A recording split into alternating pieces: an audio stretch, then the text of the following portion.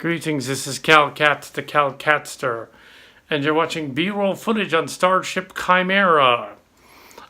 Day 3 of B-roll footage, mostly model building on the set.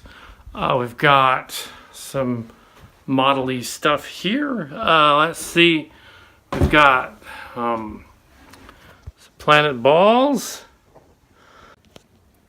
Okay, here you've got the planet balls that are drying.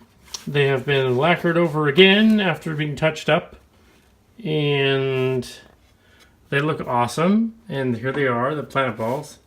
They're the Earth and the Cillian planet and the Cybertron planet from Transtech, and so there's the other one. There's another planet, the Misfit Toys planet. I think that's actually that one over there. Anyway, so here we have the runabout, Jacques. Marx Cards was here earlier. Yes, and I had touched up the lettering so that it's more like the runabout lettering.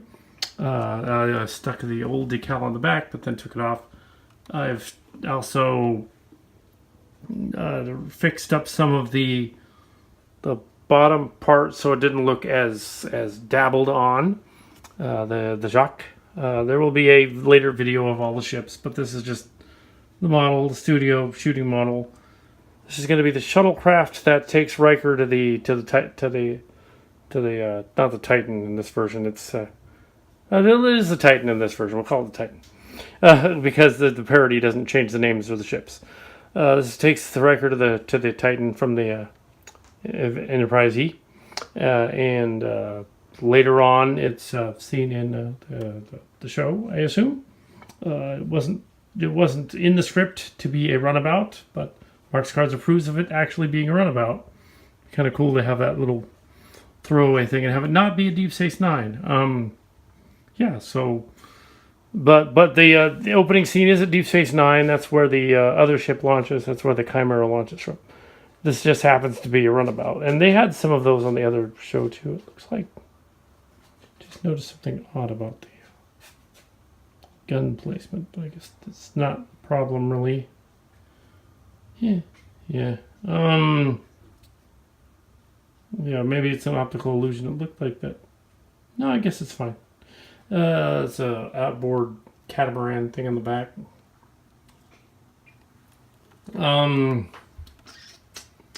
So cool. So this is Kal Kat, the Kal Katster. You're in Studio One, and B-roll stuff, space effects, anything that might be left in the movie to make it look good. The use of planet models goes back to the classic Trek, in which they took globes and literally painted them and made them the planets in the show, because they couldn't do matte paintings until the movies. They did some matte paintings for some stuff, but to do the planets, they used actual globes. They got an Earth globe and they painted it or whatever. They had a bunch of those, so they kept going to planets that were like Earth. And they had another couple that they painted to look like other planets. Rubber beach balls is not that uncommon back then. But so we've got the planets drying, and Chimera is back in production. So we'll see. What about some ship shots and other things like that in the coming week? We'll see that shuttle in action and some other stuff. We'll do some more high def station flyby stuff. The leaving space dock stuff, make it look better than the footage we got from 3 years ago, which is, we can do better. So we can do that better than we did. Because most of the movie, they're actually on the planet for about the last real half of the movie. They're on the planet, and then I think mainly the middle act they're on the planet, and then they're in the Q continuum, which is outer space pretty much. So it's outer space. We have the Invid set. We're just going to use that as the Q set. Light it up, put a Q stuff everywhere, Q mirrors and things like that. lights and flashy lights and things. It'll be great. And then the Enterprise set, the Voyager set. Yeah, it's the original classic Enterprise set, Voyager set. Those are indoor sets. The outdoor set is an indoor set. It's a Planet Hell set. It's miniature. And then cut over to the ships and stuff like that. The Kirk God scene is kind of still in the continuum of the Kirk God scene, with the floating giant Captain Kirk. Brian Story is playing that character. He recorded his lines first before the movie was even shot, before even a scene was even shot of the movie. And the old camera, the old audio, it'll sound interesting. But he's Kirk God, who is actually an ethereal being who is just the great bird of the galaxy, but he's a Q kind of being as a preserver. And he shows up and he's basically tells them what to do with themselves at the end. So yeah, we don't want to give it away. Yeah, so the Chimera set for Studio One.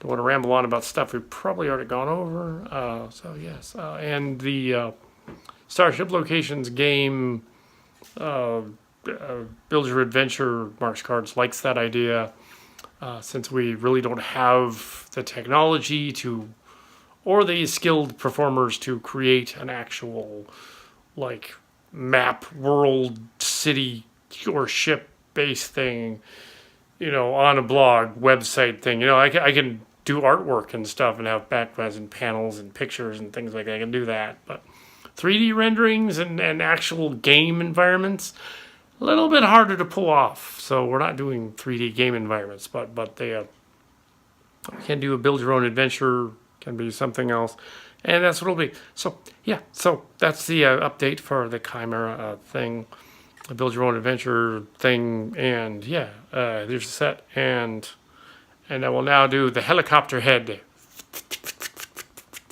a minute.